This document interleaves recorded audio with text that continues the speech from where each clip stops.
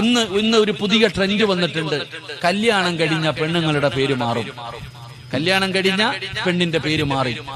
എന്റെ ഭാര്യയുടെ പേര് സുമയ്യ, അള്ളാഹു അവൾക്ക് ദീർഘായുസ് കൊടുക്കുമാറാകട്ടെ. കല്യാണം കഴിയുമ്പോൾ പെണ്ണിന്റെ പേര് മാറും സുമയ്യ സിറാജ്. കാരണം കെട്ടിയത് ഞാനായതുകൊണ്ട്. ഇന്ന് കല്യാണം കഴിയുമ്പോ പെണ്ണുങ്ങളുടെ പേര് മാറും. എന്നാ പെണ്ണുങ്ങൾ പഠിച്ചു വെച്ചോ, ഒരാളുടെ പേരിന്റെ കൂടെ ഒരാളുടെ പേര് മാത്രമേ ചേർക്കാൻ അവകാശമുള്ളൂ.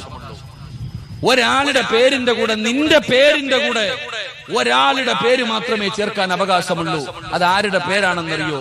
നിനക്ക് ജന്മം നൽകിയ നിന്റെ പിതാവിന്റെ പേര്. അള്ളാഹു നമുക്ക് ഈ മന്ദിരമാറാകട്ടെ. സ്വന്തം വാപ്പയുടെ പേരല്ലാതെ വേറൊരു പേര് ചേർക്കാൻ പറ്റൂല. ഇപ്പൊ ഉദാഹരണം പറഞ്ഞ ഫാത്തിമ ബീബി റളിയല്ലാഹു തആല അൻഹയുടെ പേര് ഫാത്തിമ അലി എന്നാണോ? അല്ല, നബി തങ്ങളുടെ പേര് വാപ്പയുടെ പേരാ ചേർക്കുക. ഖത്താബിന്റെ മകൻ ഉമർ